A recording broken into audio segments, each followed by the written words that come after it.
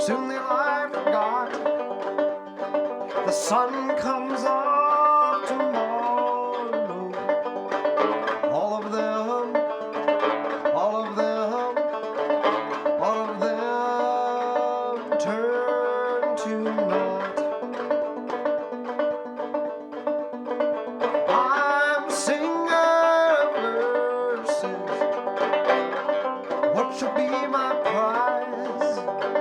Green palm crowns or gold purses? Honor always, honor always, honor always dies. The years fly by, the crowds disperse, new generations arise. Why should I sing my little song right there? Always, always, always gonna die. If your heart should ache, get that look in your eye. If your smile should break, that is honor, that is honor, that is honor that never dies.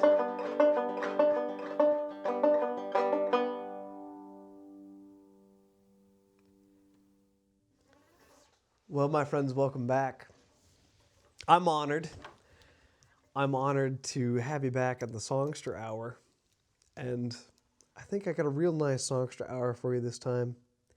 We're going to talk about songs and songwriting and folk songs and communities and what communities are built up out of. You know, there are some songs that speak about the plights of life. There are some songs that speak about everyday life. I want to share this song. It's the Jute Mill song. And I heard it said, or at least maybe read it said, that 2 lines of this song could say more than any crooked politician could say in their entire lifetime. It was written by a woman in the 30s who worked the jute mills in the British Isles. And this is, of course, during the Industrial Revolution, right? Things had already gotten well on with mechanization, but you still need human beings. And of course, they were paying low wages. She references 10 and 9. That's the 10 pounds or 10 shillings and 9 pence, I believe. She talks about how hard it is to live in those 10 shillings and 9 pence.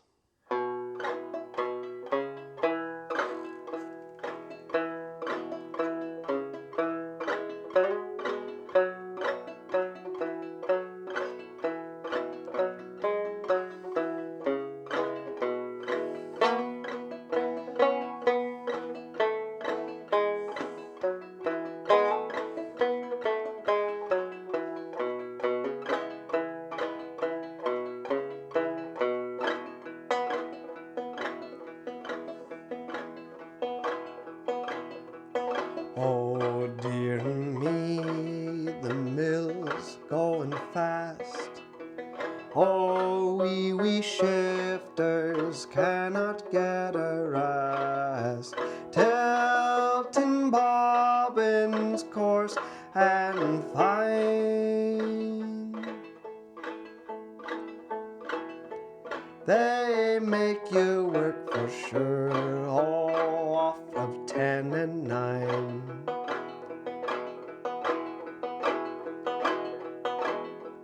Oh dear me, I wish the day was done. Oh, and working, it is no fun. Shifting bobbins weft and twine, there ain't no pleasure living off in 10 and 9. Off the 10 shillings and 9 pence a week. Oh dear me, the world ill divided beside them that work the hardest is the least provided. Oh, I work on dark days and find to feed and clothe my babies off of 10 and 9.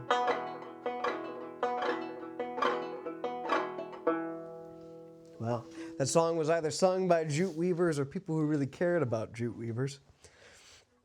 Although not every folk song is a big serious thing, although I think they are poignant things. Sometimes songs can be funny things or things about daily life. I used to do this little vaudeville tune. It was suggested to me by one of the followers on my YouTube channel.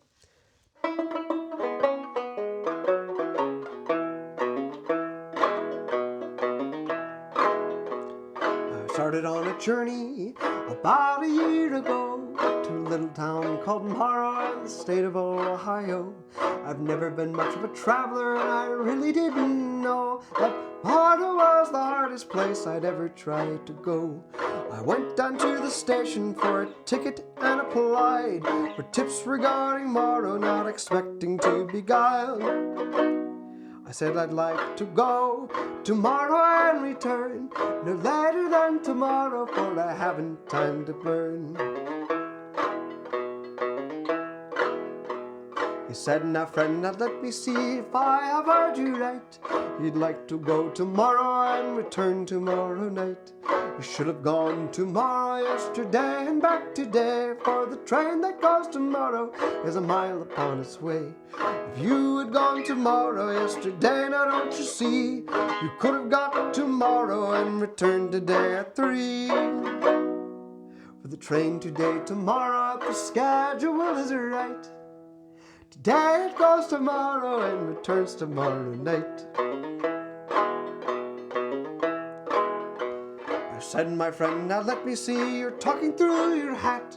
There is a town called Morrow on the line, now tell me that. There is, he said to me, but take this little tip. The jump from here to Morrow is a 14-hour trip.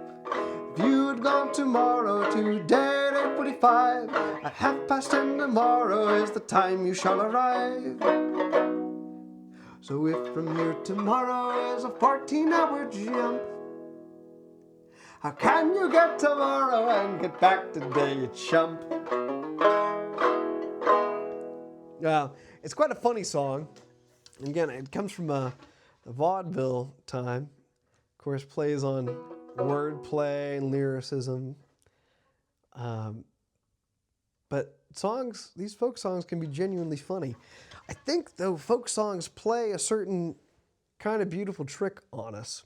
If folk songs are doing what they're supposed to do, if they're surrounding us in the culture like water, and we're the fish swimming in them, they seem to be authorless, right? Now today, folk songs don't really play that role. I'd say most people would say that either they're a folk musician or they're somebody who appreciates folk music. But folk songs may seem authorless, and even if they have many different authors, they still aren't authorless.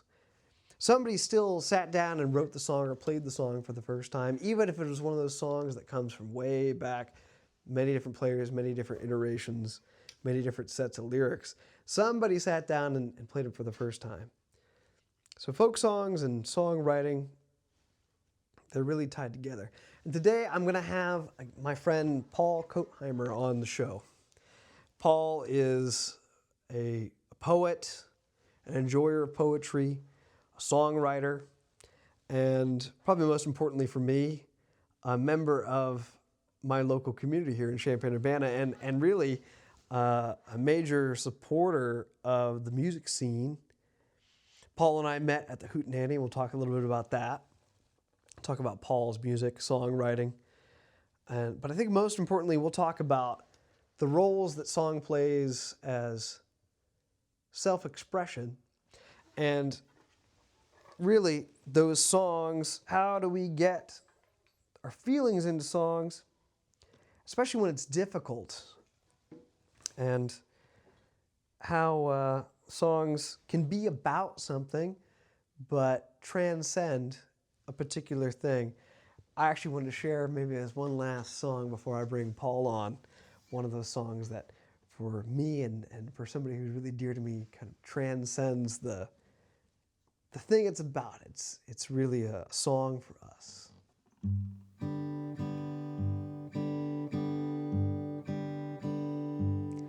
I gave my love a cherry that has no stone.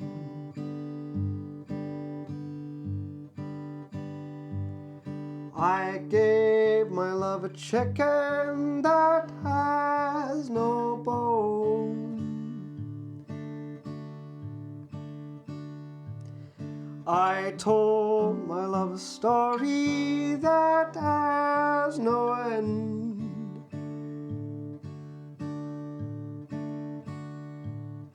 And I gave my love a baby with no crying.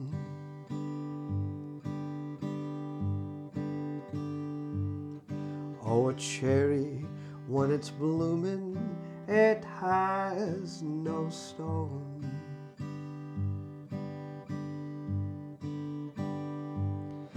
And a chick, when it's peppin', it has no bone.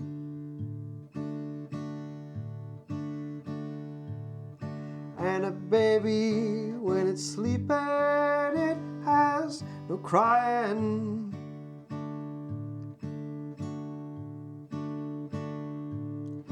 And the story that I love you, it has no end.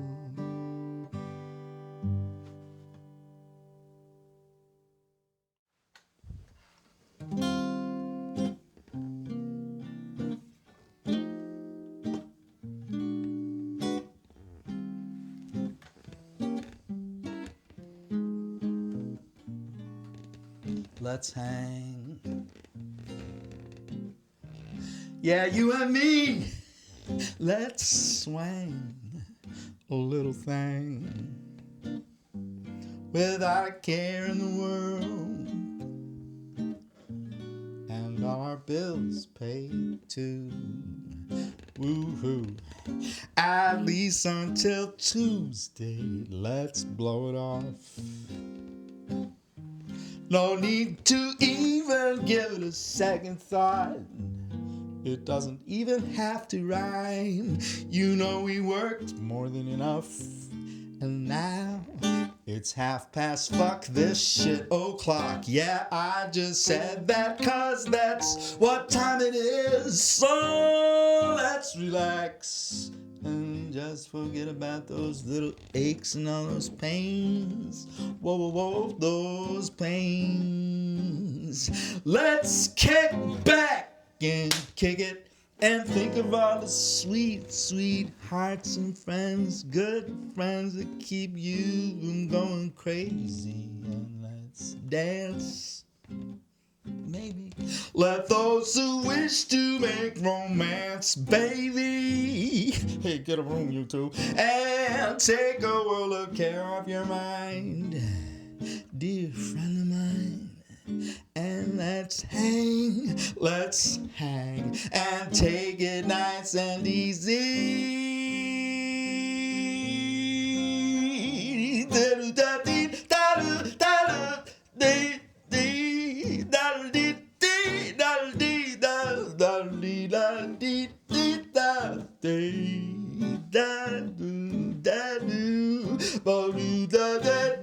Yeah, let's relax and just forget about those little aches and all those pains. Whoa, whoa, whoa, you know those pains. Yeah, let's kick back and kick it and think of all the sweet, sweet hearts and friends like y'all, good friends like y'all that keep me from going crazy like y'all. Yeah, I said what I said. And let's dance. Maybe. Let those who wish to make romance, baby. Yes, and take a world of care off your mind and totally unwind. And let's hang Let's just hang. Very nice. Welcome back, friends, Thank to the you. Songster Hour. I'm sitting here with Paul Kotheimer. Kotheimer. And I wanted to bring him in because you've been in the Urbana music scene for 33 years. It's true. And I wanted to pick your brain a little bit about it. Mm-hmm. I'm ready.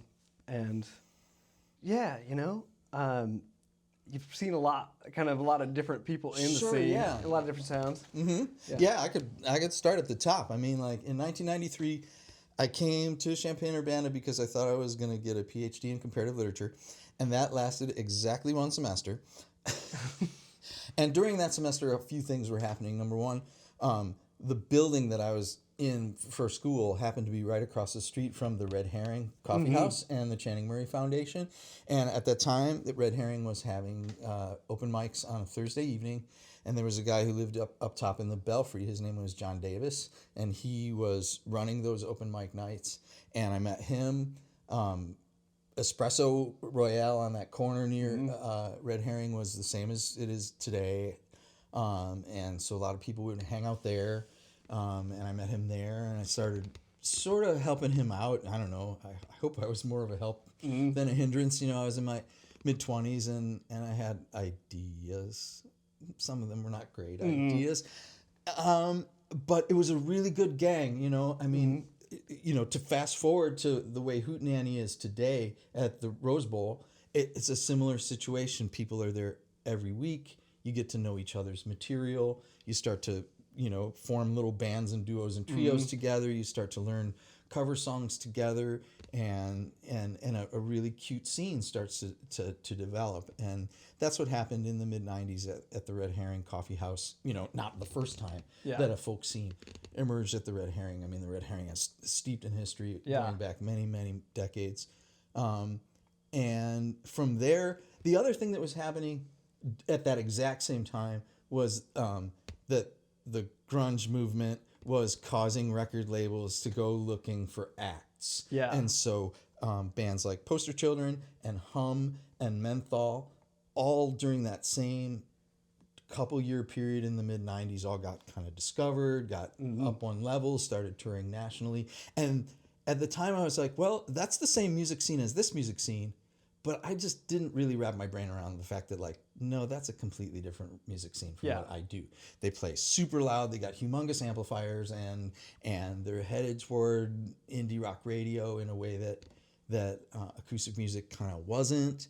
I mean, so that was happening at that time.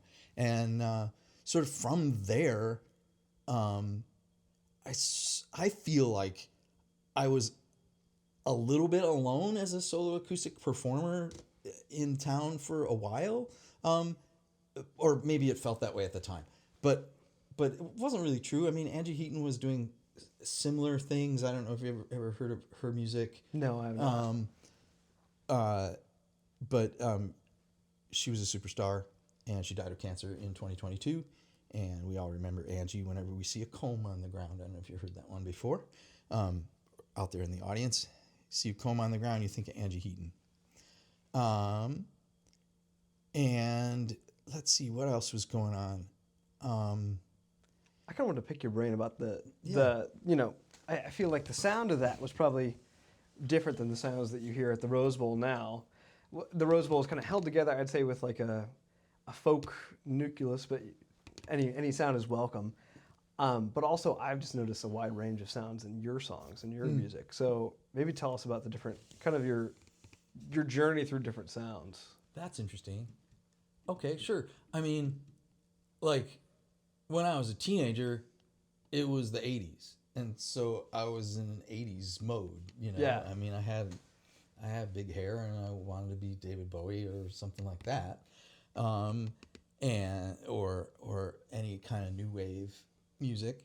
And then when I got to college, I started to discover acoustic music and singer-songwriters. So I was listening to Elvis Costello, and I was listening to Tom Waits, and people were teaching me about Bob Dylan. So I heard Blonde on Blonde for the first time when I was in college, and started making my way through the early to mid 60s Bob Dylan material, kind of like one record after another, depending on who had the CD on the shelf and would let me, steal it from them for a little while, and it was one of those, it was that time technologically where what you did was make a cassette recording of a CD or a LP and put it in your car and just play it on a loop. So I had the Smiths on a loop in my car. I had the Tom Waits.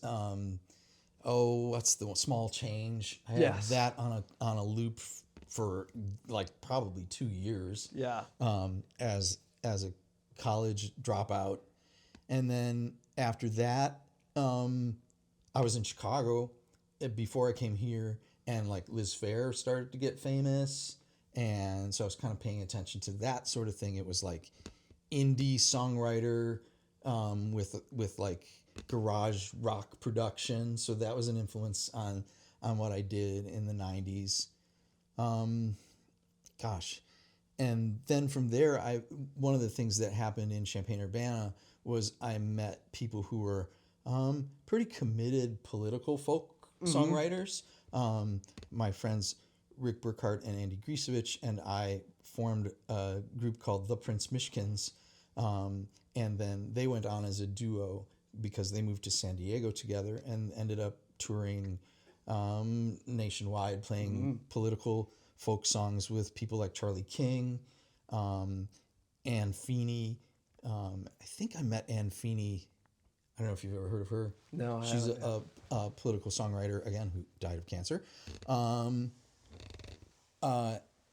Ann Feeney was a labor troubadour, kind of like she sang her main number like the first Ann Feeney song that you might find if you went looking would be called "Have You Been to Jail for Justice?" Oh yeah. So like that's her tagline. It would be on a bumper sticker, an Ann Feeney bumper sticker.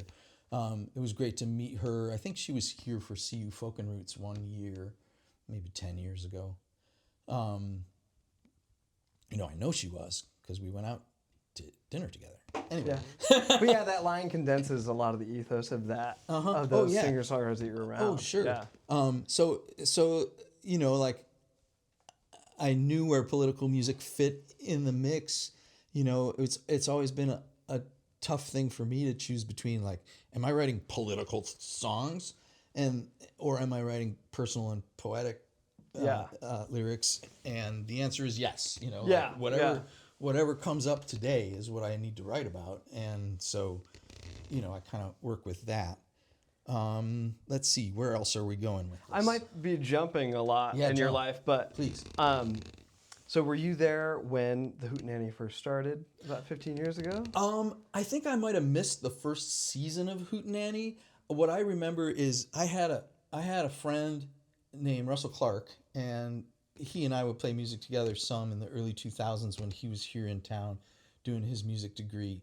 And he was also at Urbana High School as a music teacher.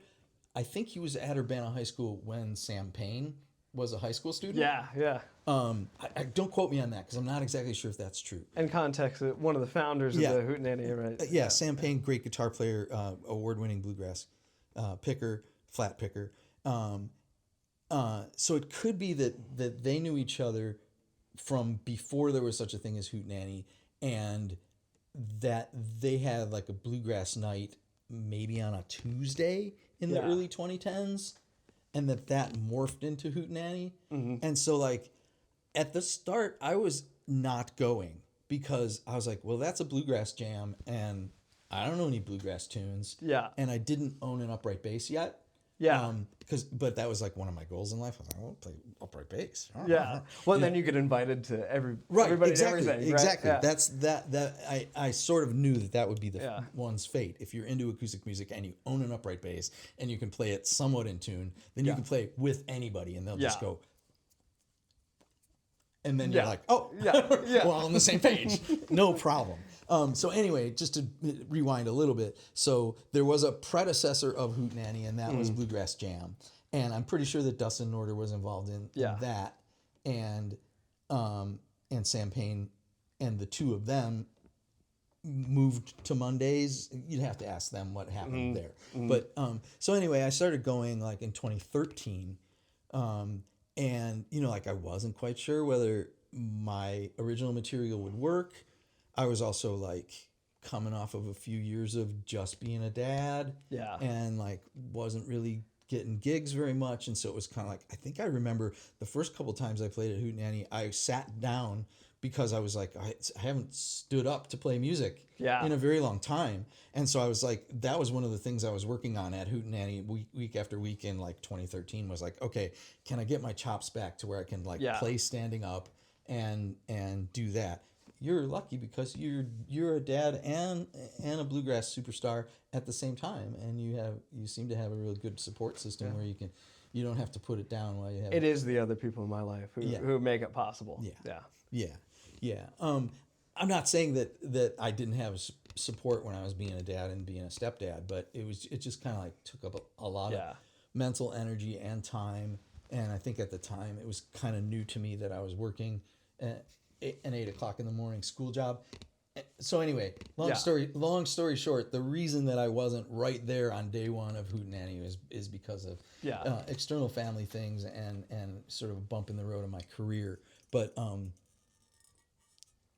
I loved Hootenanny, from the get-go, and learned my way around, met some new people, learned some new tunes, and I think it's really has shaped like where my trajectory has gone in the past 10 years. It's like writing for that stage and keeping my songbook alive by using that place as like a live rehearsal space. It's really helped my work develop. Yeah, it's really special, and one of the reasons I wanted to come talk to you was because I can definitely tell Hootenanny pushes on you and gives you certain sounds. Yeah. But you've also, having been there so long, you've shaped it. I'd absolutely say you've shaped what also goes up on that stage. But I want you to play one of those tunes that I feel like the Hootenanny is kind of coming in. Oh yeah, I mean we can talk about this ahead of time. Like, maybe you've talked on this episode a little bit about what the Urbana Hootenanny calls the prine tax. Yeah.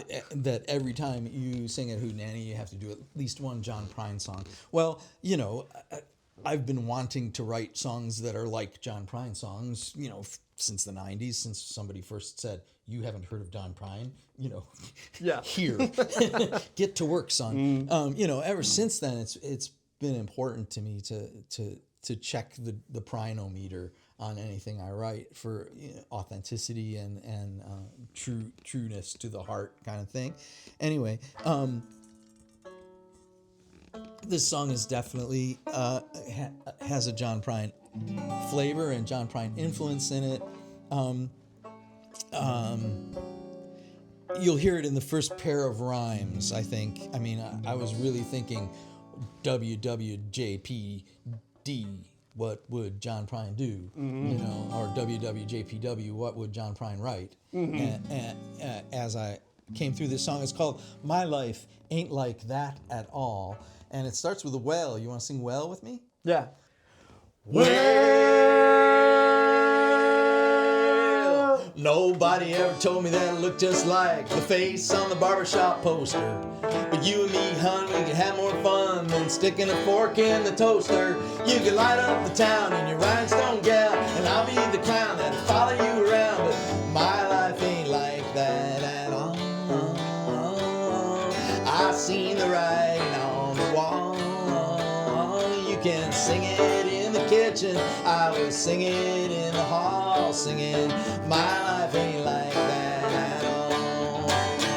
You think it'd be an outrage for a guy my age to have such a raging libido?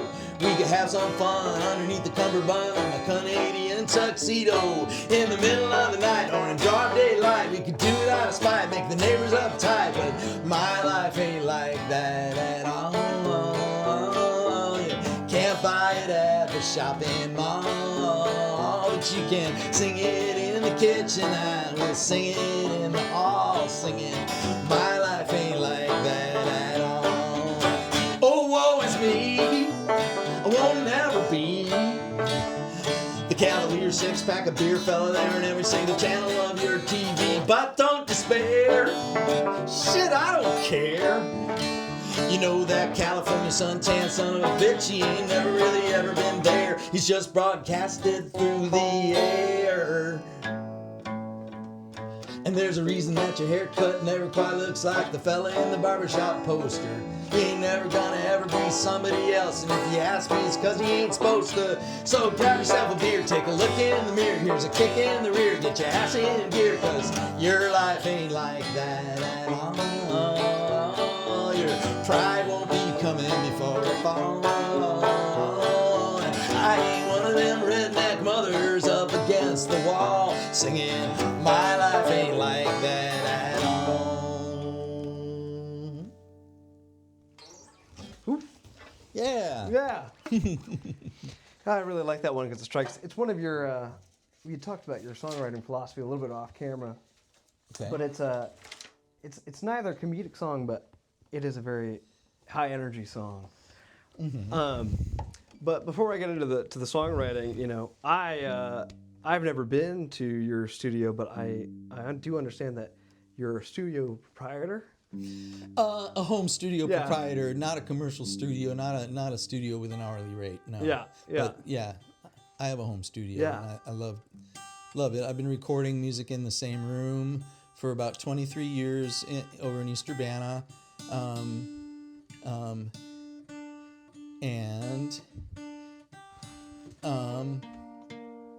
I've always loved home recording. I've always loved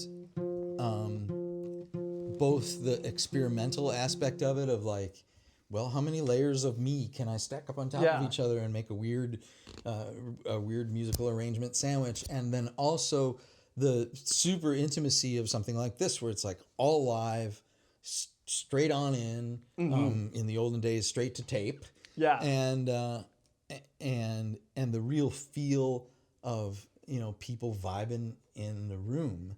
A lot of times, you know, there's this pull to sound professional. Like the thing that you're aiming toward is to sound like a real studio, a real record. You know, something that had a way bigger budget than it really did. And I want to flip that over and say, no, the most important thing is to make music that sounds exactly like you, exactly where you are, with exactly the gear you have. That's the most interesting sound recording. You know, if you're trying to be something different, if you're trying to be somebody else, then you're not being yourself. Yeah. Duh. Well, and we were talking a bit about, you know, I want to buy this gear, I want to make this setup. It can really become kind of a consumerist type thing, you know. Not to say that the mic people are, you know, preying on us necessarily, but yeah, that pressure. I will say too, I've sat down and listened not to individual songs, but your music much more preparing for this episode, and I you know, you have that project it's 2 volumes, 50 songs each, so 100 songs. Oh, that was how I packaged my back catalog. Yeah. In 2007, and it was partly because of how CD Baby does what they do. Oh, I see. Because it's $35 for a title. Yeah. So I'm like, well, why don't I just take one title and make it be 100 songs long? Yeah, yeah. Save money. Well, I appreciate that. Yeah. But yeah, and as I was saying with your history having a wide variety of sounds, I've also noticed your production is very different on different projects that you have. Yeah, some of them are those super layered ones. Well, like you said, packing as many layers of you as you can get in. And then some on that 100 title, right? This is like you said, it's your backlog, right? So I was like, this is true kind of singer-songwriter.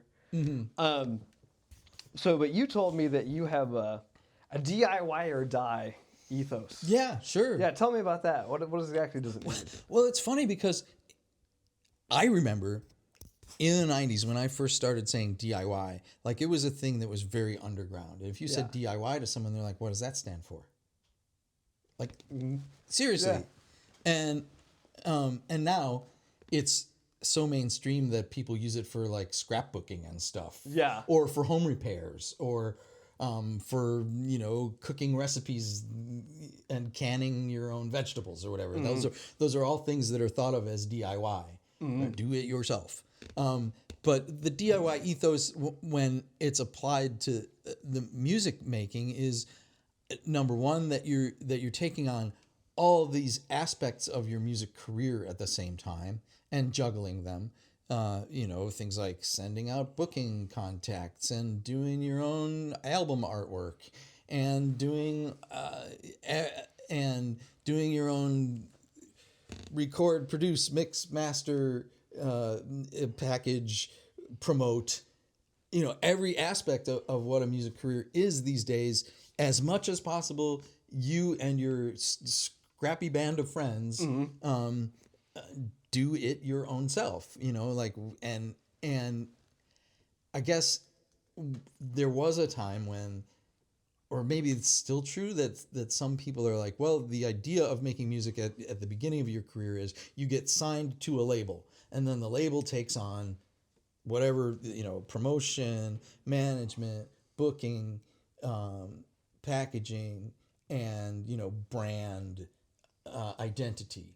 And none of that is true hardly at all anymore. It's like you see every young musician is DIYing so much of that, to the point where it's like, well, I have to make a 20-second TikTok every single day, or else my music career will die. It's almost like the needle has moved a little too much in the roughing it direction.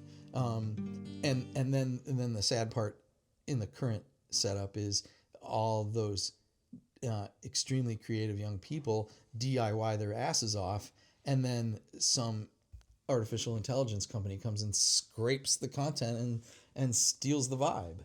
Yeah. So can I just give that the finger right now? Yeah, go for it. AI. I'm sorry. Where were we? Yeah, and there's actually, I would love to talk about, I'm going to hold that off about AI and songwriting, and let's play one of your songs. Yeah. A beautiful song. Sure, that's great. That sounds like a good idea. Why don't you? This song, as always, goes out to anyone here who's ever worked for tips.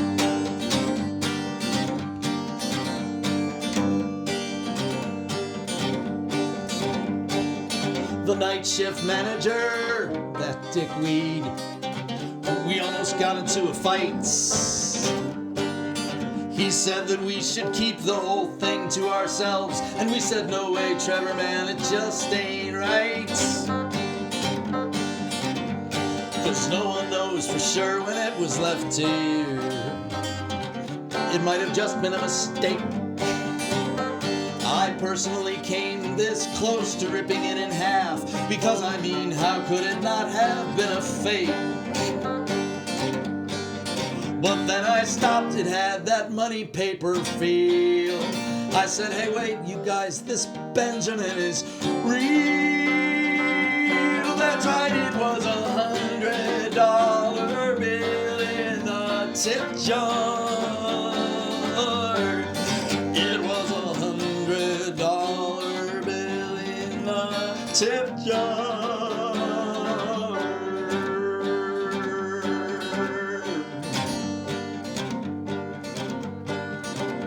One coworker jumped clear across the counter. The other scoffed in disbelief. But when it sank in that we got this $100 tip, we huddled around and started to debrief. Like maybe Ms. Half-Calf Cappuccino, you know, the lady with the coat and all those rings, or could be that law school guy who's always giving you the eye and lecturing us on the finer things. Or how about Mr. Double Shot with eyebrows? That guy? No, I'm guessing it's the couple that wears whites. Oh yeah, that's who it was, I bet. Wait, what? You think? Well, don't forget, that couple hasn't been in here all night. And so we speculated all shift long, without a clue as to who was right and who was wrong. well, who left us that $100 bill in the tip jar? There was $100 bill in the tip jar.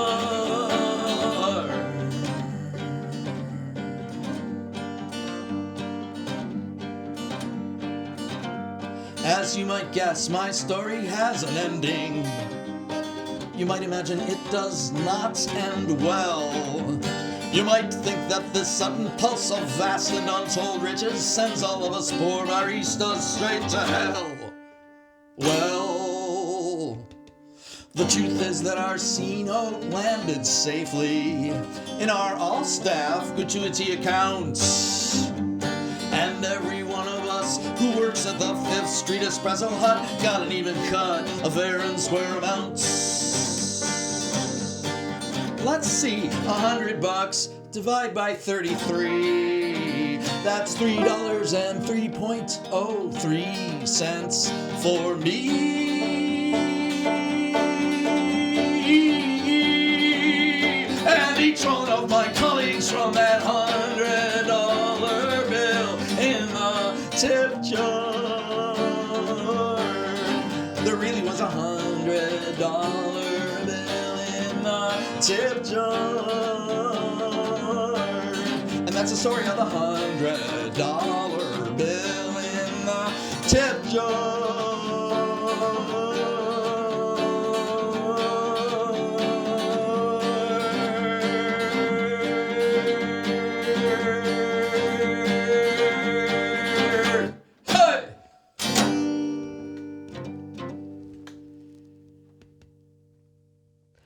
Great human song about human affairs.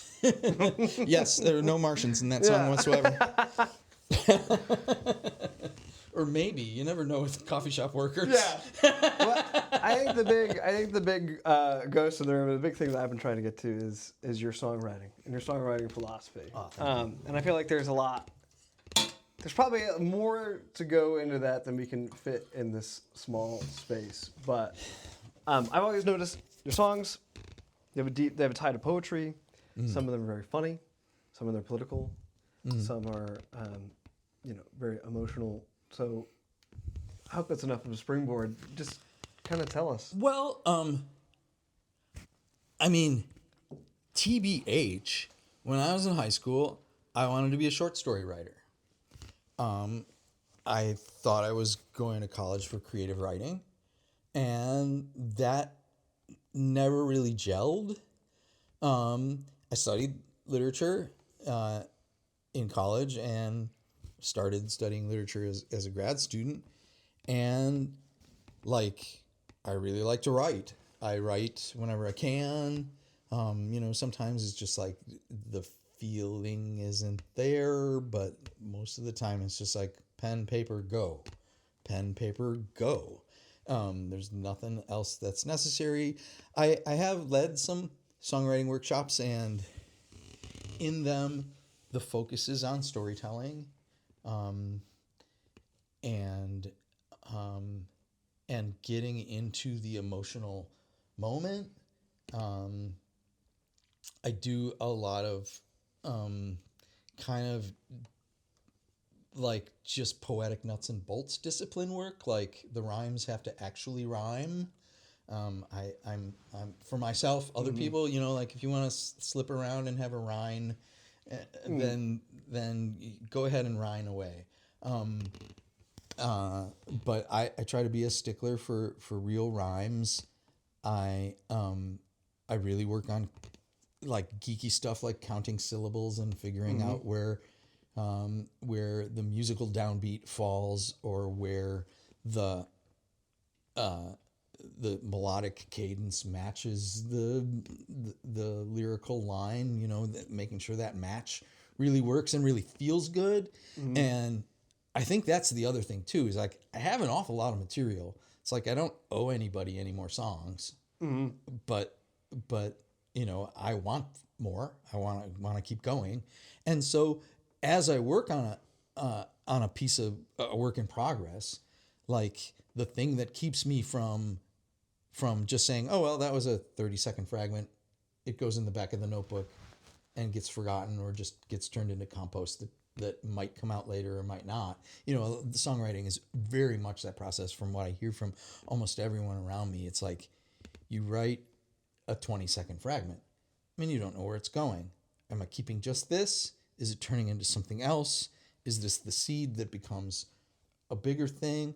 Or is it just an exercise that I'm going to put in the book and maybe one tiny facet of this piece is going to end up something in somewhere else, just like, you know, like, I don't know, the color of the flower that you're thinking of at the moment, or you know, some turn of phrase or some clever little rhyme that you're going to scribble on the back of a napkin.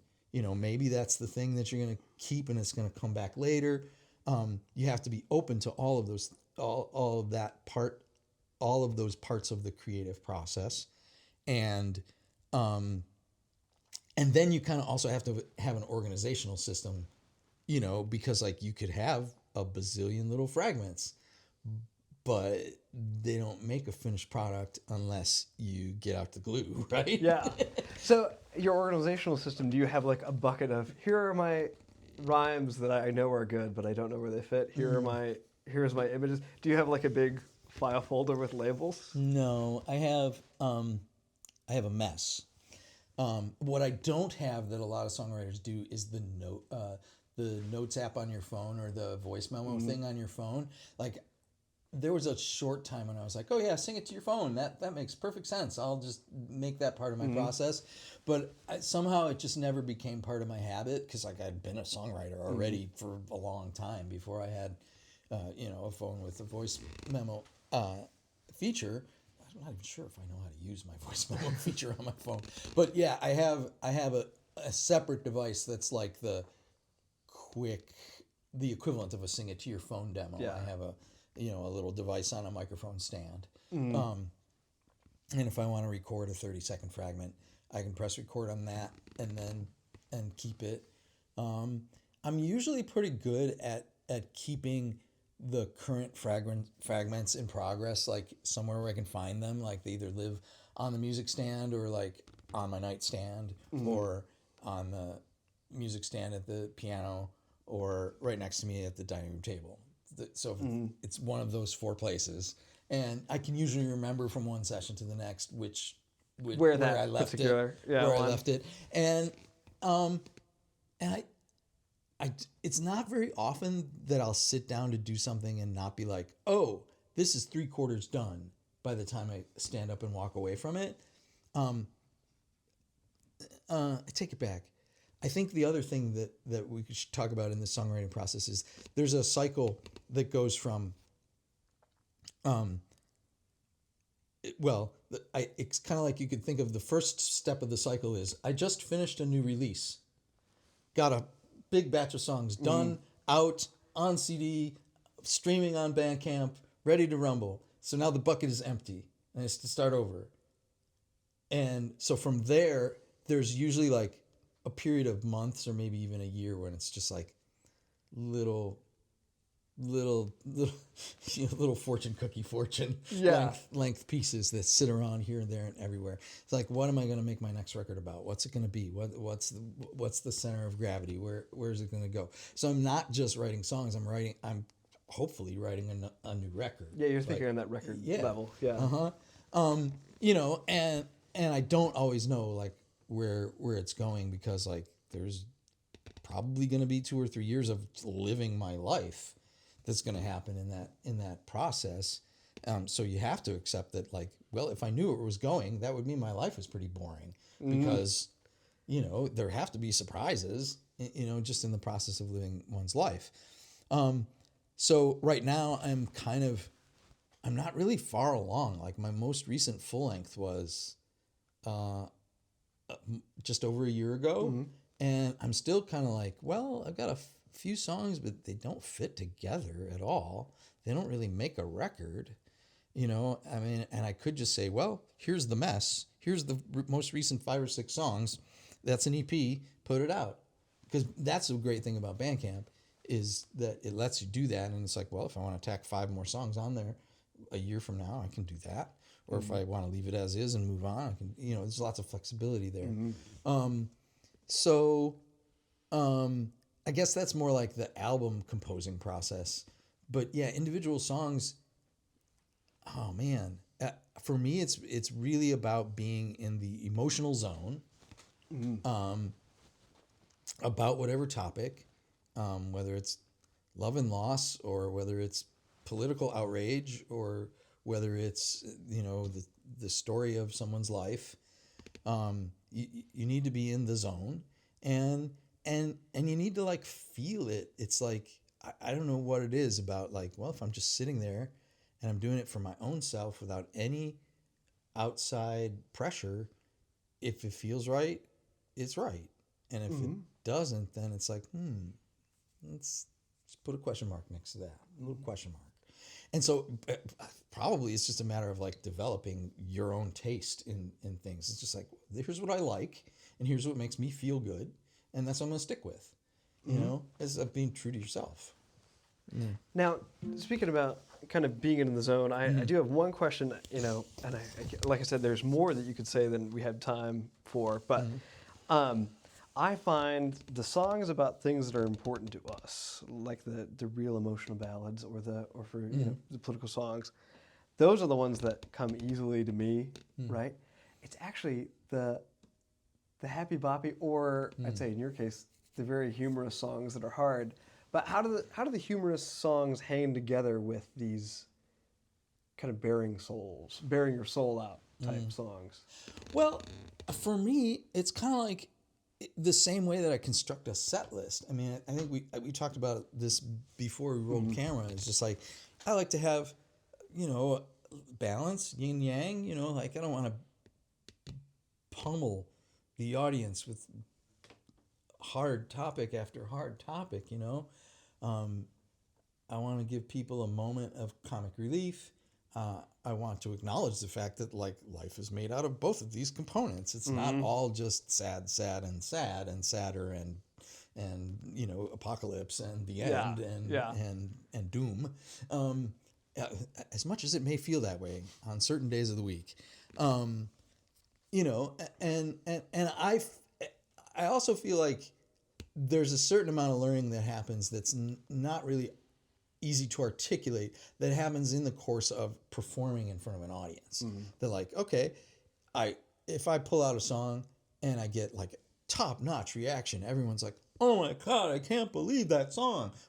How did you blah? If I get that kind of feedback from people, it's like, okay, that's a keeper. But if I sing a song and like maybe two people go, I think I get that. What do you, if it doesn't hit the mark, I can kind of feel it coming back from the audience. And a lot of times that song will just sort of end up at the bottom of the suitcase or whatever, How about do you pass over that song, that songbook? Yeah, sure. Because I want to play kind of one of your, I'd say this is a song that very emotionally touched me, but I want to make sure I get it right. Yeah. I wrote this song. I was going through a tough time when I was in a children's music duo with Emily McCown from Two Shoes. It was called the Paw Paws, and we played kids music, and we had a few really great kids music gigs, like birthday parties and stuff like that. It was new to me. It's not something I'd ever really done before, and one of the best parts of that gig was just the impetus to write children's music, which again I've done a tiny bit of, like maybe one or two children's type songs, and in the process I really found that like, what I really enjoy is writing a kid's song that doubles as an adult, as a grown-up song, that grown-ups can really feel, so that's where this one kind of came from. It's called Big Feelings Are Hard, and need I say more is kind of where I'm at with that. And one of the reasons I'm really glad that you're here playing banjo with me is because one of my dreams for this song is that it will someday be sung by Kermit the Frog, right? So if Kermit the Frog's people are out there, Hollywood, Warner Brothers, please. Right. Yeah. Anyway, it's a little waltz, and it's for the little kid in every one of us, right? Yeah.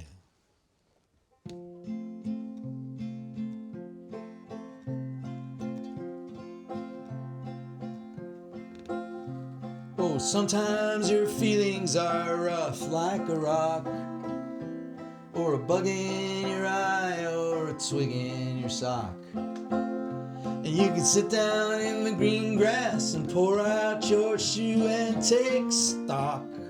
But still it ain't easy. Feeling rough's never easy.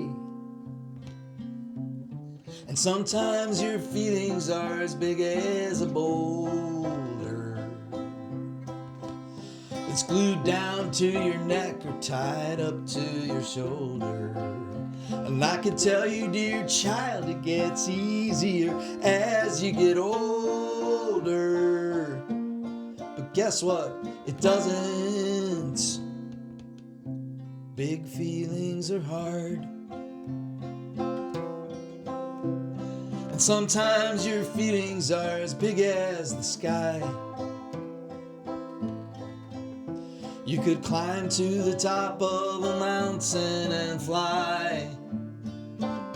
Flip, tumble, and somersault, roller skate, pirouette, spin over rooftops and leap over skyscrapers up where the clouds are down there by your toes and the moon's right nearby.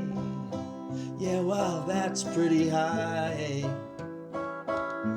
I hope you come down like a feather, drifting soft to some sweet lullaby.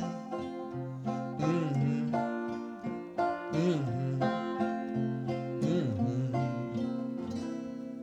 And sometimes it feels like you've been through a flood, and your galoshes are stuck down knee deep in the mud. And maybe it's better just to rest in the dirt like a spud. Yeah, just like a potato with eyes in the dark. And mulch for a blanket and flowers that bud when they're ready, but not till they're ready. Big feelings are hard,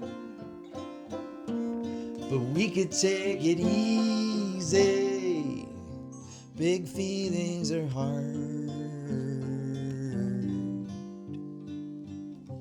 but we can make it okay.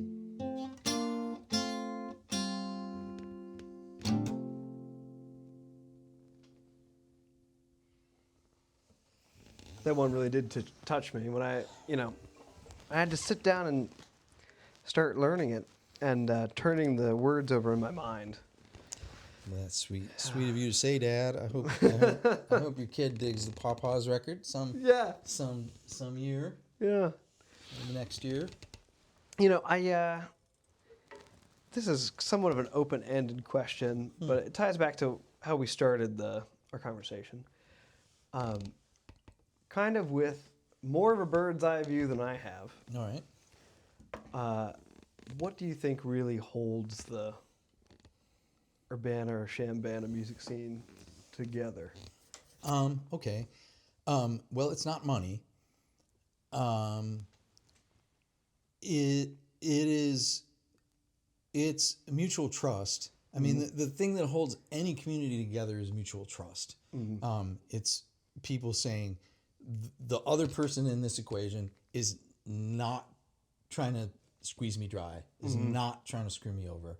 We have common interest at heart, and we just want to make a thing, a beautiful thing, a useful thing, a thing that nourishes together. That's true whether you're talking about art making or just any other kind of community making. That when people trust each other, you can be more than equal to more than the sum of your Yeah. parts, right? And if you don't have that trust, if people are like, is that guy out to get me? Is Yeah. that somebody trying to pick my pocket here? You know, if there's even that hint of distrusting feeling, then the bonds that make, you know, people into a community are not going to click together. So, and I think that for the most part, the Champaign-Urbana music scene has that. I can remember times when it didn't feel that way to me. It kind of felt like people were climbing on top of each other to, you know, get out of the cage and be big in New York City, or, Yeah. you know, get famous and whatever. But I mean, there might be that section of the music scene out there where, like, you know, people are trying to look pretty and get famous and whatever else, but like, it doesn't affect me. Yeah. You know, it's not something I need anymore. And it also does kind of seem like, even if there's a batch of younger people who really look good on camera, who think that getting famous is the next thing they want to do with their lives, you know, 9 out of 10 of those people like have a couple years of that, and then they come back and just be part of the family. Yeah. So it'd be nice if there was something a little bit more where we could reach a regional audience together as a team somehow. And that does happen for some artists, especially like if they're willing to take the chance, quit their job, sleep in the van, and road dog it for, you know, untold years. People do come out of People our do, scene, people do that, and they come home with a lot of stories to tell, or they end up in Chicago and come back and say, "Oh man, I love the Rose Bowl." Yeah. You know? Yeah. So I guess that's my bird's eye view, is that it's people trusting each other, period. Yeah. Well, I also am very glad that you said that, because the way I experience the community is that I experience it's very grounding in a sense of place. But that sense of place and that grounding is created by the people. But also the mention about it's a really fragile thing. The trust is really it's a really precious thing. And, you know, not to belabor the point too much, also what you said about, you know, if young people are out there trying to do that, you know, best of luck to them. And I also think that our music scene is having come in when I was pretty young, I found it very educational to be around the other musicians of what is expected of musicians, even like, how do you socialize with people that, you know, like to make this thing that you both really desperately want to make. But you have to learn that as a young person. So yeah, those are all my rambling reflections on your... No, those are good thoughts. And one thing that I want to talk about is sort of the geography of it. And you have a song that features that geographical tie. You know, I mean, I frequently kind of wrestle and struggle with what does Illinois music mean. You know, like, of course there's Sweet Home Chicago, and that was like 80 years ago or 100 years ago that song got recorded. 90 years ago? I don't know. We'll look it up later. Yeah. And the Chicago blues legacy that comes up to the present day from that. There's also other influences. You know, I think of the John Hartford tune is about the Illinois River. I mean, there's definitely an Illinois aspect of that, although I don't think he was an Illinois person. All in all, I don't know his whole story. But I guess what I'm saying is, like, you know, Appalachian music is just so rooted in place. You know, North Carolina, Eastern Tennessee, and the Appalachian Mountains. You know, it's an important historic thing happening, and a lot of people look to that place for inspiration. You know, a lot of people who don't live there. Right. Illinois is not Appalachia. Yeah. And we have some things in common with their musical with their musical influence, obviously that influence is spread worldwide. Same is true of Cajun music. What Rob plays, Illinois is not Cajun country, and yet that influence arrives here. Illinois is not Memphis. Illinois is not Nashville. Central Illinois is not Chicago, and yet all of those things contribute. Illinois is not St. Louis. Central Illinois is not St. Louis, but all of those influences, end up in our little watershed. Yeah. And I think that's it's good to have that going for us. A little note about this. So you were the one who turned me on to this tune. You sent me a message and you said you should learn Bruce Molsky's Plains of Illinois. Huh. And I went to go check. Yeah, you did. And I said, that's a great idea. And then I went to go learn it. And then I saw that I need to do a little bit more digging to see where he's getting his lyrics from. I really love his lyrics.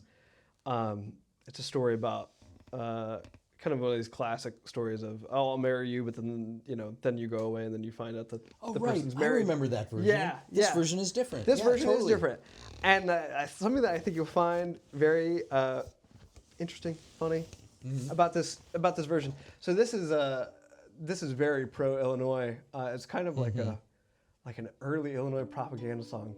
Leave wherever you're at and come to Illinois. And those people who listened got actually a pretty good deal. It's like aimed at farmers. But there's another version of this song, very similar lyrics, and it could be older. And I don't have them memorized or anything, but it was a guy lampooning Illinois to the same tune. Fun. And that's why I love this music. Is like kind of the so there's archaeology. Three iterations. There's the sincere but propagandist. Come and get your free acreage or your super cheap farmland. Yeah. And then there's the later lampoon that says that was a raw deal. Yeah. And then there's Bruce Molsky's version, which might be earlier or might be later. I had to figure out where that was from. We have to figure that out. That's so cool. Yeah. The folk process, friends and neighbors. The folk process in action.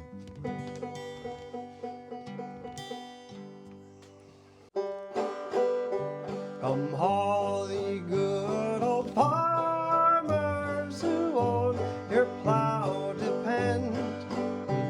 Come listen to my story. Come listen to a friend.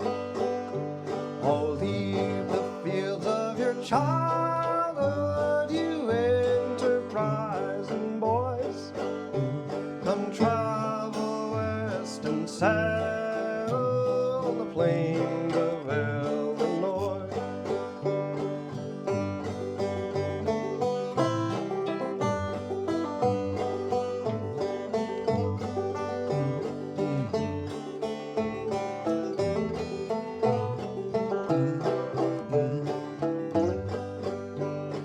Illinois is fine country as ever has been seen.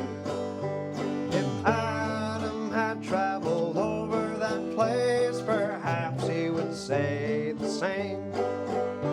And all the Garden of Eden, when I was but a boy, there was nothing I could compare it to the plains of Illinois.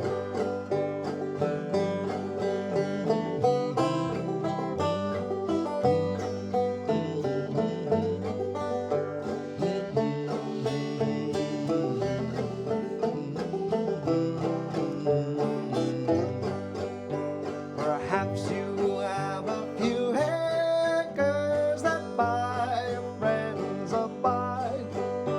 Your family is growing, for them you must provide. Come leave the fields of your childhood, you enterprising boys. Come travel west and settle the plains of Illinois. Yeah. Thanks, Paul, for playing that too. We'll be back after a quick break on the Songster Hour.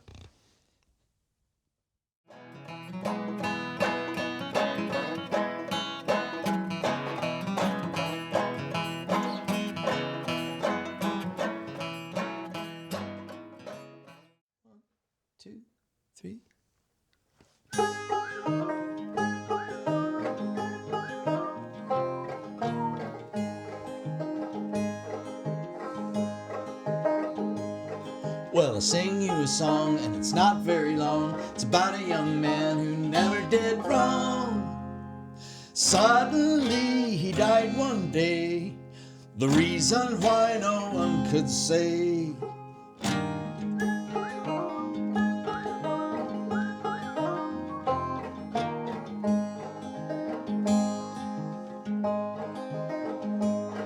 He was tall and long, and his arms were strong, and this is a strange part of my song. He was always well from foot to head, and then one day they found him dead.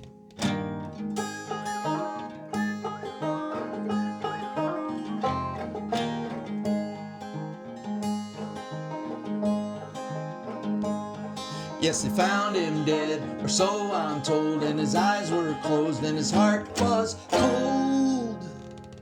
Only one clue to how he died, a bayonet sticking in his side.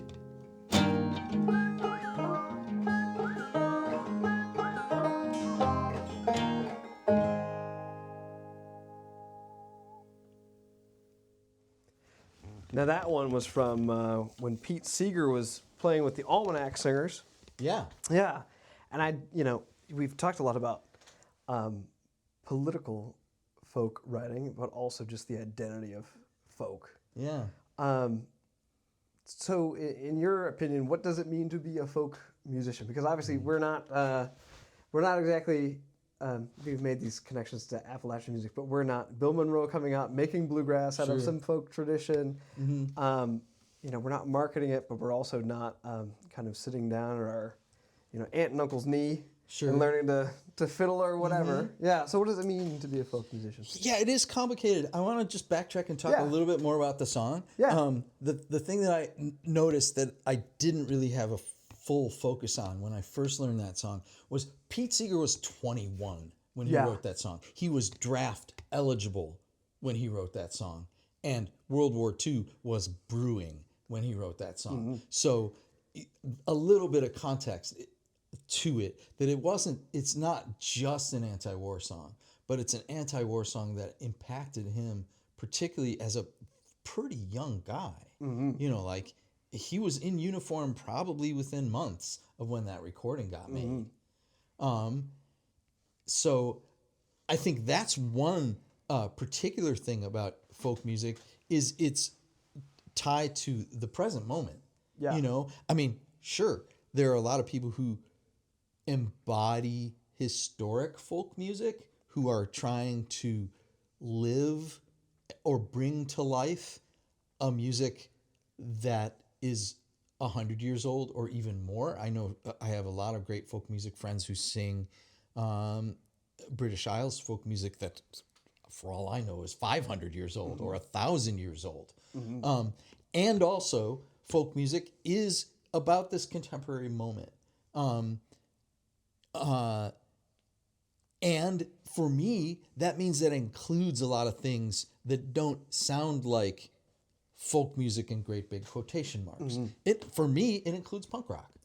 Punk rock is, homebrewed DIY. We've talked a little bit about the DIY aesthetic. It means that it's made by sort of an idiosyncratic or at least an enclave of musical experience. There are people whose experience is like just within a small space. That's definitely a true descriptor of Appalachian or Cajun folk music, that the reason it has so much regional flavor is because there are no outside influences, right? Whereas, to be a 21st century person with access to the internet, that's not true. Like our influences, we got a smorgasbord that is piled a mile high. We can learn any song from any era, from any part of the world, just by clicking a few buttons on a screen. And I think that's an exciting aspect of 21st century folk music. The fact that lots of ingredients can go in the stew that have not lived together, that have not grown up together ever before. one confusing thing about folk music versus what is not folk music. What makes it pop? What makes it rock and roll? What makes it country music? I can't answer that question. I don't know the answer. But I think it does have something to do with regionality, and a connection to a past tradition. Like, I didn't really think of myself as a folk singer. I've always sort of felt like, well, I'm too indie rock for folk, and I'm too folk for indie rock. I fall in the crack between those two things. Or like, I know too much about jazz to be a folk musician because I can play in flat keys. That song we just did was an A flat. And, you know, like, and in a lot of bluegrass jam situations, if you said, let's do one in A flat, everyone's like, G or A, G or A. You know, you're going to kill the fiddle player. You know, and that those are practical considerations. You want to play music that is accessible to everyone. That's a thing. You know, in a 21st century folk situation, you have people who are coming together who maybe not have ever met each other. You're at a bluegrass jam, say at CU Folk and Roots. You're meeting people for the very first time, and you want a common language. And a lot of times, folk and bluegrass, it makes that language as boiled down and as simple as possible. You know, you got a few common chords, and really a small handful of available keys that work for the idiom. You know, like there's things you just can't do on the fiddle in A flat or D flat, right? Or that you have to be very, very, you know, technically you have to be good. technically highly trained to be able to play, say, Django style, Stefan Grappelli style fiddle in any key that someone might throw at you. Okay, we've covered a lot of bases, but just to boil it down, being a 21st century folk musician means that you have so much to choose from that it's almost impossible to boil it down. You also have your local community and your regional, you know, your literal hand-to-hand friends. You know, some people don't have that, and so they're like sort of off on their own, like singing to their screen or just working in their bedroom. And sometimes that the results are astounding. But I think that also the taking part in a musical community is key. Well, my immediate thought with that, I've been recently reading a book, Pete Seeger in his own words, and he makes a similar observation of, because of the restrictions of music, you know, it's not like a painting that you get to keep. You know, it arises and ceases very quickly. But he was kind of opining about how there is the school of making it'd be the equivalent of art of like making reproductions of the masters, right? Versus the pushing the bounds or making something new. But my advice to somebody who starting out is conceptualizing themselves as a folk musician would be to artificially make that bounded musical experience that you were talking about. And I think you go bounded in two ways. You could either be like, I'm going to study bluegrass. I'm going to bound myself in the rules and language of bluegrass, or whatever the tradition might be. Or you can bound yourself by saying, I'm going to be part of a music scene. I'm going to be bounded by the people and exchanging with those people. Which again is kind of what we have here in Urbana at the Hootenanny and more generally. But that's quite a lot. We should have some time to ask the question. Politics, political songs have come up a lot. Yeah. Now, there's this question, like kind of bold question. Do you consider yourself a political songwriter? It's already come up, but yeah. Well, I'm gonna sing a political song pretty soon in this set. I mean, it's clearly a response to the current political climate. I mean, at least I hope it's clear. And I occasionally write what I think of as like, oh, well, this is an acoustic and folk and political, you know, bullseye. It's a banger. I can't not sing it. And but one tricky thing is sometimes I'll be writing political music that is not meant for the set that I sing. Like I frequently write political songs for a group that I participate in called Songster. And in that situation, the guitar is really only there to like get the keynote. Like, okay, so we're all going to start on the same key. And outside of that, like, well, maybe I can hear the changes, and the changes are really simple, but I'm playing like this, and there's 12 a cappella singers in the room. Yeah. So really, it's a mostly a cappella experience, and there's a lot of round singing. There are a lot of small little chants that are really only 2 bars or 4 bars that get repeated and then elaborated with different harmonies. And the design is sort of inspired by what happened on the streets of Minneapolis over this winter, where groups of people, sometimes 1,000 people at a time, will be singing a very simple song to learn with a simple inspirational message that the purpose of the song was glue for the community in the face of violent attacks by federal forces in extreme freezing cold weather, in which at least 2 community members were murdered point blank. You know, a real emergency situation for a community, where people had to pull together in every way, pull sleepless nights, stand in the cold, go to jail and pick up their friends, all these super hard jobs for a community to do for each other. And singing was like how people would heal in those really, really hard situations. So that kind of folk music as political act is a lot different than the standing on the stage and singing "We Shall Overcome."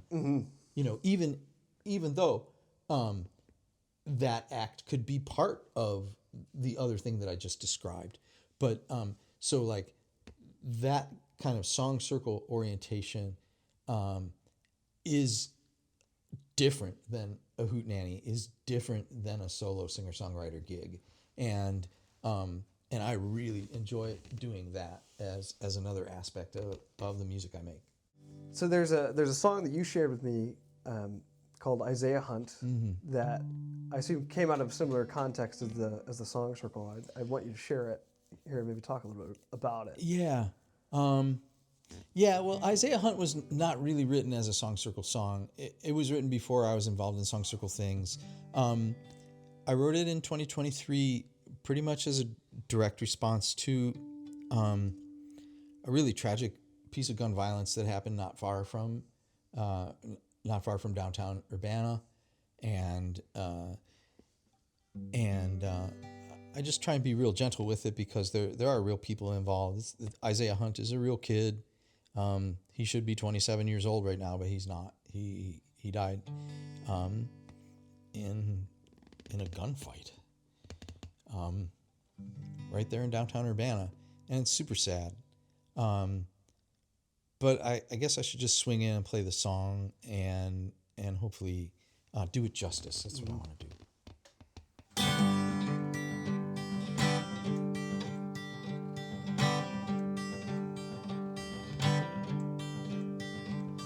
Here's a place to remember.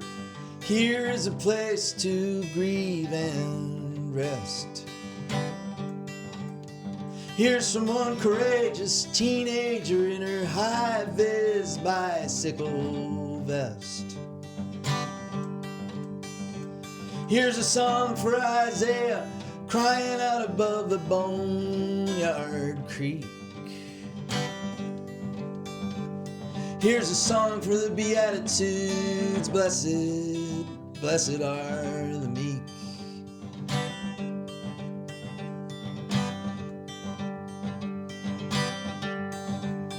Here was a hail of gunfire, maybe 40, 50 rounds, maybe more.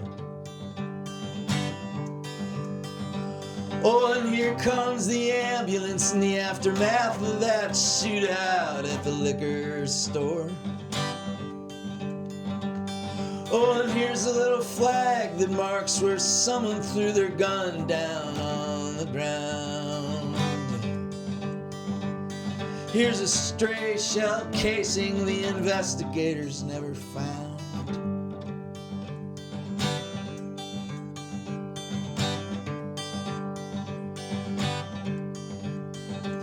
Here's a line in the newspaper, here's a clue for us to comprehend. Here was that deadly confrontation, and on that porch there was the tragic end. Who will screech away to shoot again, and who will take that fatal shot? Won't take but 30 seconds to decide the outcome in that parking lot.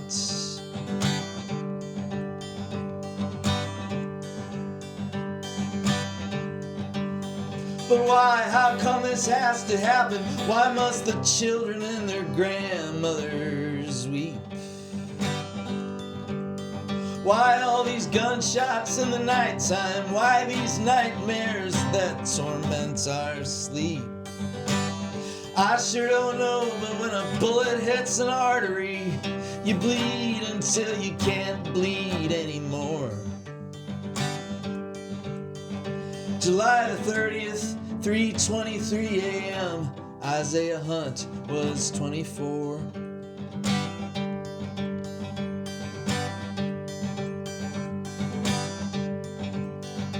Here's a place to remember, here is a place to grieve and rest. Here's to one courageous teenager in her high-vis bicycle vest, who rendered aid to poor Isaiah bleeding out above the Boneyard Creek. Here's a song for the Beatitudes, blessed, blessed are the meek.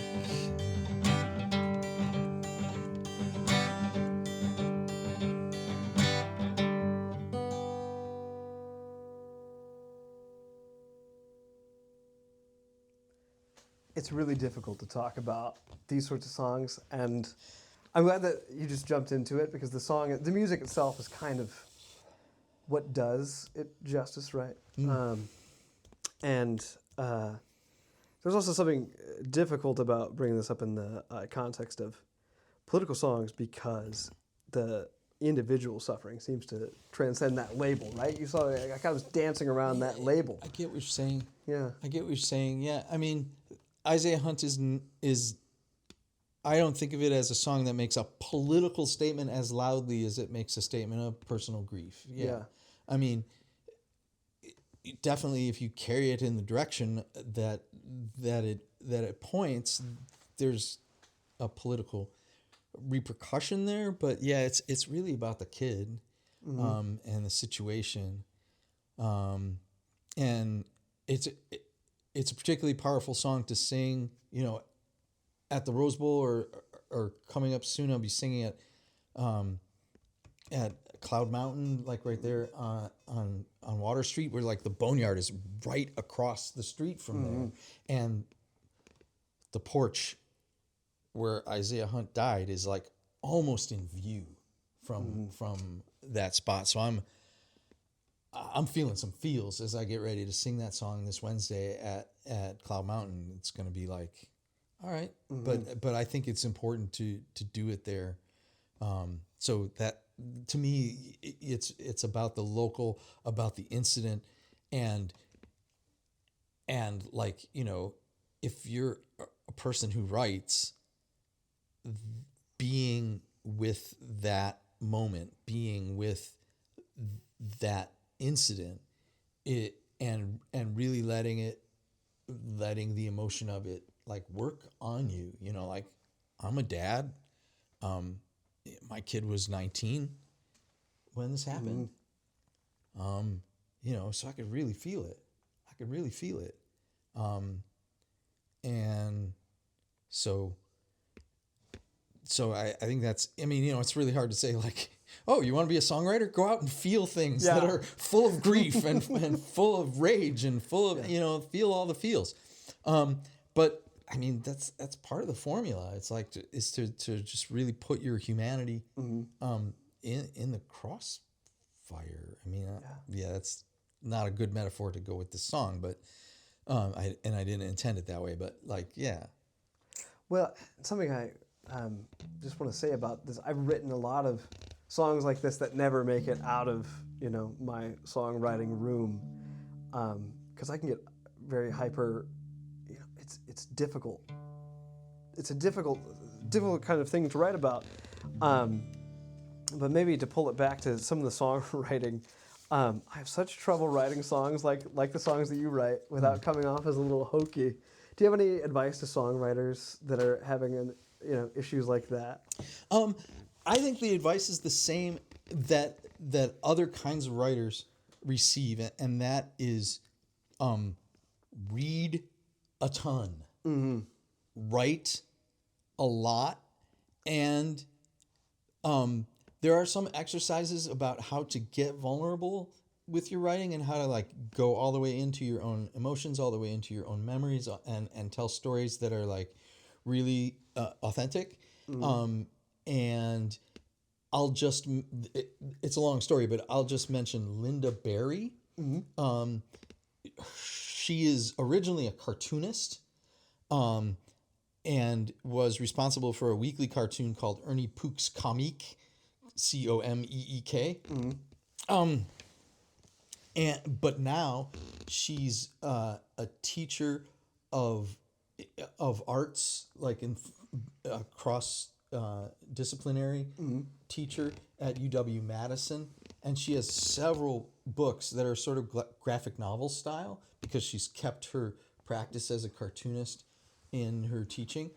And one of the big one is called What Is It or What It Is? I think it's called What It Is.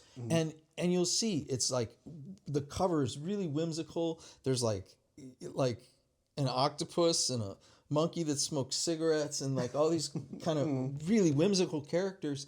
But she also has a process for like, here's how to, like with a few simple questions that you ask yourself, how to put yourself into a memory that you're trying to tell a story about and really inhabit it, and then answer some questions that are like really visceral, like, okay, so once you're inside this story, she starts with like a story about your childhood. You're inside of a car.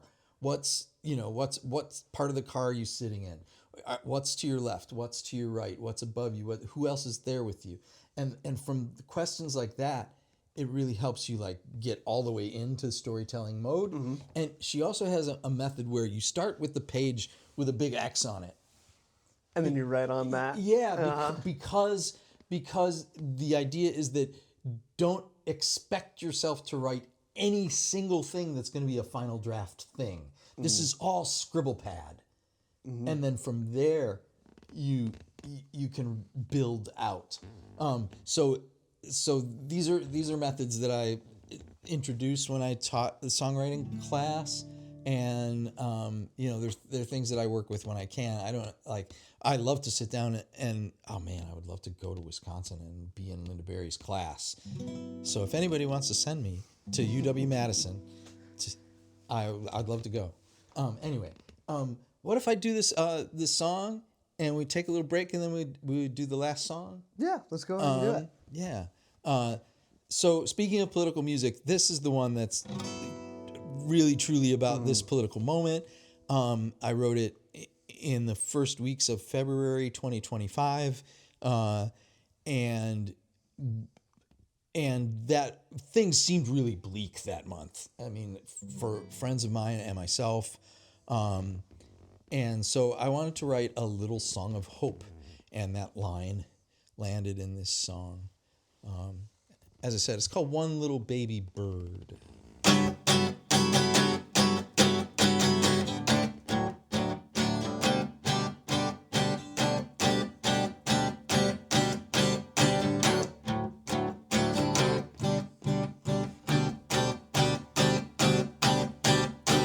Surviving the apocalypse, one little dream come true at a time. Persevering through the winter night, one little candle flame at a time. Perceiving and receiving every sunbeam we ever needed, and reviving after the Anthropocene, one little baby bird at a time.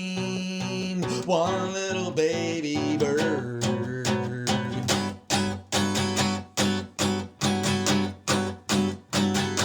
And the song goes, defeating a fascist idiocracy, one fabulous pride parade at a time. Resisting the doom scroll hellhole, one finger paint masterpiece at a time. Perceiving and receiving, one eagerly glowing little bonfire ember. Hearts beating, not retreating, one little song of hope from one little baby bird.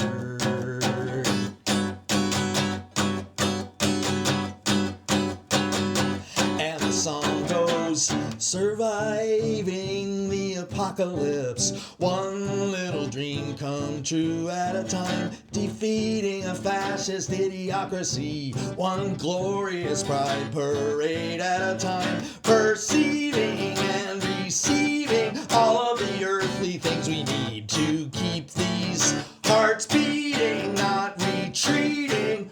One little song of hope from one little baby bird.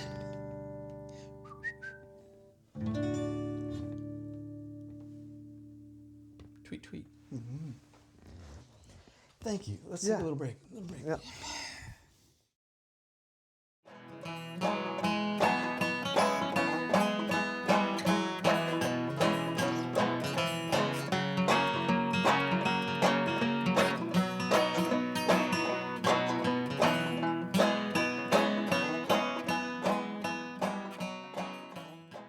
Well, welcome back, friends, to the Songster Hour. Now, Paul, there's still a couple questions that I've been meaning to ask you. We're running quickly out of time. Yeah, we're getting close. You know, we've heard this wide variety of songs. This last song, Little Baby Bird, Yeah. it's much more of a rockin' song. Mm-hmm. And I'd love to dive maybe off camera more about the kind of what we're talking about, emotional vulnerability in all this. But you have this indie rock background. Yeah. But now you're also a column supporting this folk music scene. Indie rock and folk, where do they meet? Okay, I think the idea is that folk music is an inspiration to every kind of folk music is an underpinning of rock and roll. Folk music is a contributor to jazz music through the blues. Folk music is a contributor to American pop music writ large, and so there is that strand of DNA in all of these musical genres. And acoustic indie rock is real close in feel to folk music. It can be real close in instrumentation to folk music. It can be inspired by folk music, and indie acoustic music can be a kind of folk music, and it can also be something else. And I'm not exactly sure like why or when or how that happens. Mm-hmm. Like when is an Elliott Smith song not a folk song? Mm-hmm. I don't know. Let's talk about that at length off camera sometime. Yeah. I mean, I'm just pulling Elliott Smith as an example because it seems like a lot of his music is him solo with an acoustic guitar. Yeah. And the same, you could say the same thing about like Sierra Farrell. Like clearly she comes from a folk music background. She's from a mountaintop, right? Mm-hmm. She's an Appalachian artist. And also some of her music is like contemporary country, contemporary Nashville, straight up pop music. but with an acoustic instrumentation. She's an interesting example where it's where all of the knobs are going at the same time. And I think the hard thing is like the music biz is involved in this question. Like indie rock is, for me, mostly like it's a tab at the record store, right? You go to the record store and you're looking for things to buy. Indie rock is in this one spot, and it's there. There are sort of like trendsetter looks that go with it. There are also sort of trendsetter sounds. There are even like trendsetter melodies. Like I can think of like, whoa, there was this time when everyone was singing this particular kind of 1/4, melody back and forth, and that's what indie rock was about for a minute. So yeah, it's kind of all those things mixed together, and I don't know if that's a satisfying answer, but it's the answer I have today. Yeah. How's that? Well, quickly though, we had mentioned before this idea of getting the record deal. Yeah. And I've become more and more skeptical of that whole idea, mostly because I've heard it's harder and harder, right? And then you can't really pay your bills with it even now if you are lucky enough to get it. But then I look back at some of these great musicians that have really shaped us, and I'm like, were they really on this sort of deal? I see what you mean. Yeah, is that idea of making it big. Right. I know you don't right now in this stage of life, you're not writing towards making it big. Well, I mean, what I want, the ideal thing for me is for the get big to come to me. Yeah. Like, to meet me exactly where I am and not expect anything further from me. Like no hairpiece, no fancy sunglasses, no polyester suit so I look like Beck or whatever. Yeah. No changes. Then I'll take it. Yeah. I mean, and also like for me, there's this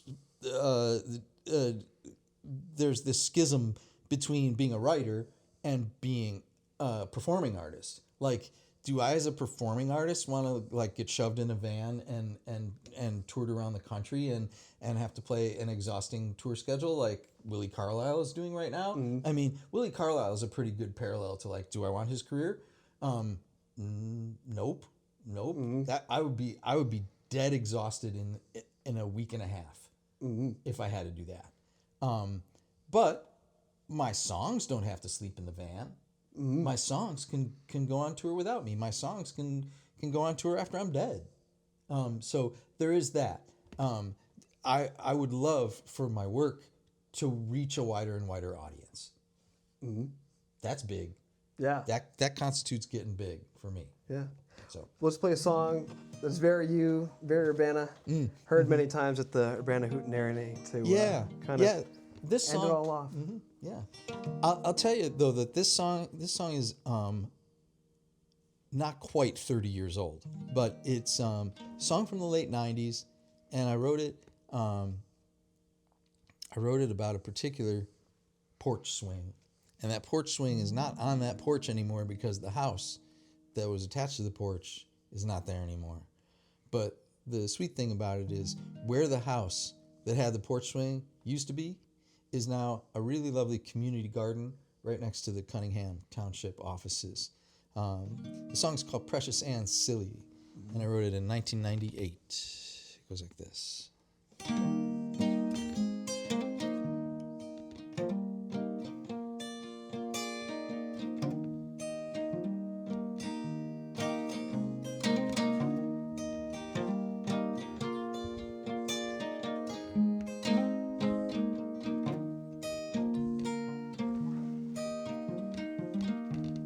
Well, if I had 100 grand sitting in my hot little hand, I would vacation on the Strand. If I had me 100 grand, if I had me 100 grand. But if I was a millionaire, you know I would not even care. I'd hang around in my underwear if I was a millionaire. If I was a millionaire. Make me $1 million now.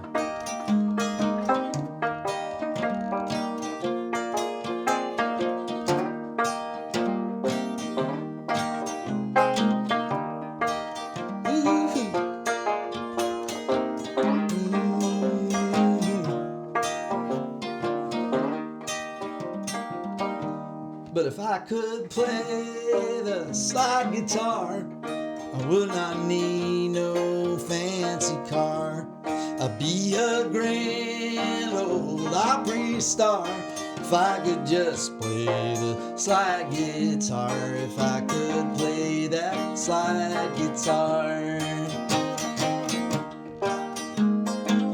6-string would be okay too, you know.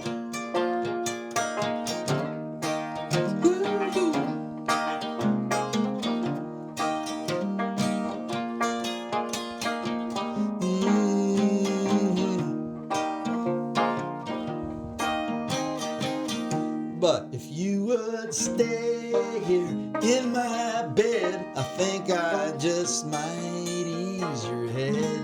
We feel no sadness, no pain or dread. If you would just stay with me in bed. If you would stay here with me in bed. For love is a precious and a silly thing. We sure don't need no engagement ring.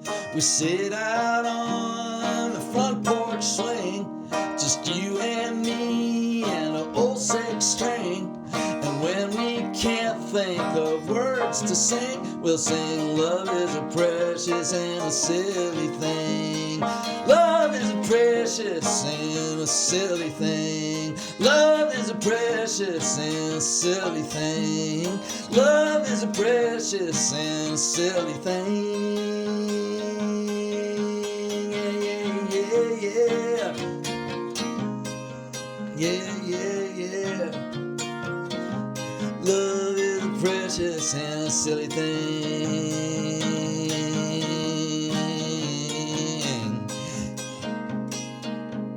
Yeah.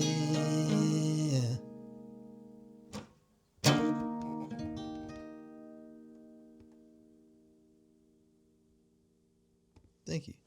Thank you, Paul. Thanks Thanks for for having coming me. on to the Songster Hour, and thanks for sharing with us. Yeah, thank you for having me. It was tons of fun.